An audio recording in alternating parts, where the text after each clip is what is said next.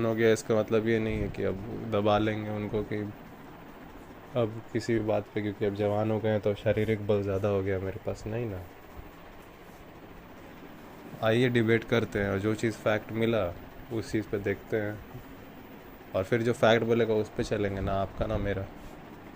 बस बात यही, गुस्सा है उसको उस वक्त भी आ सकता है एक आदमी को जब वो आदमी फैक्ट पे चल रहा हो, कोई समझ नहीं रहा है, तो गुस्सा इस बात पे भी आ रहा है। तो खाली गुस्सा को देख के आपने बता दीजिएगा क्या चल रहा है क्या नहीं चल रहा है। आपके माँ बाप ने अपने माँ बाप की हर इच्छा पूरी की थी, और अगर की भी थी तो भी नहीं कोई ज़रूरत है, क्योंकि अगर अपन दादा दादी की इच्छा पूरी की थी मम्मी पापा ने, फिर भी देखो रिज़ल्ट ऐसा है कि बाल बच्चे खुद आज स्ट्रेस में जी रहे हैं।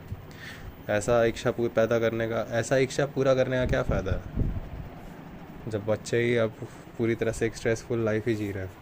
तनाव तनाव होता है, तनाव का कोई अल्टरनेटिव नहीं है ना, वो जब हो रहा है तो हो रहा है। या तो आपको इतने बार कोई सपने को रटवाया गया है कि बेटा ये सपना तेरा है, ये सपना तेरा है, कि आप एक लिमिट के बाद आप उस सपने को आप अपना सपना बोलने भी लगे,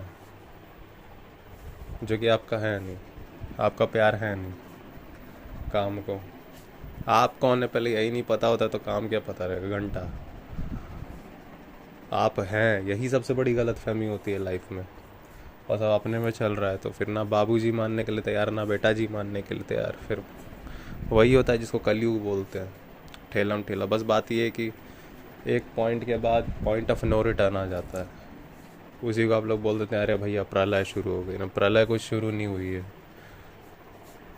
बैलेंस कर रहा है प्रकृति अपने आप को किसी तरह, क्योंकि आप प्रकृति के साथ छेड़छाड़ कर देते हैं ना। आपको लगता है आप प्रकृति से अलग है, जो सबसे पहला अज्ञान है। तो फिर आपको लगता है कि अगर मैं हूँ तो फिर मेरी कोई सोच भी होगी, जबकि आपकी सोच कुछ होती ही नहीं है।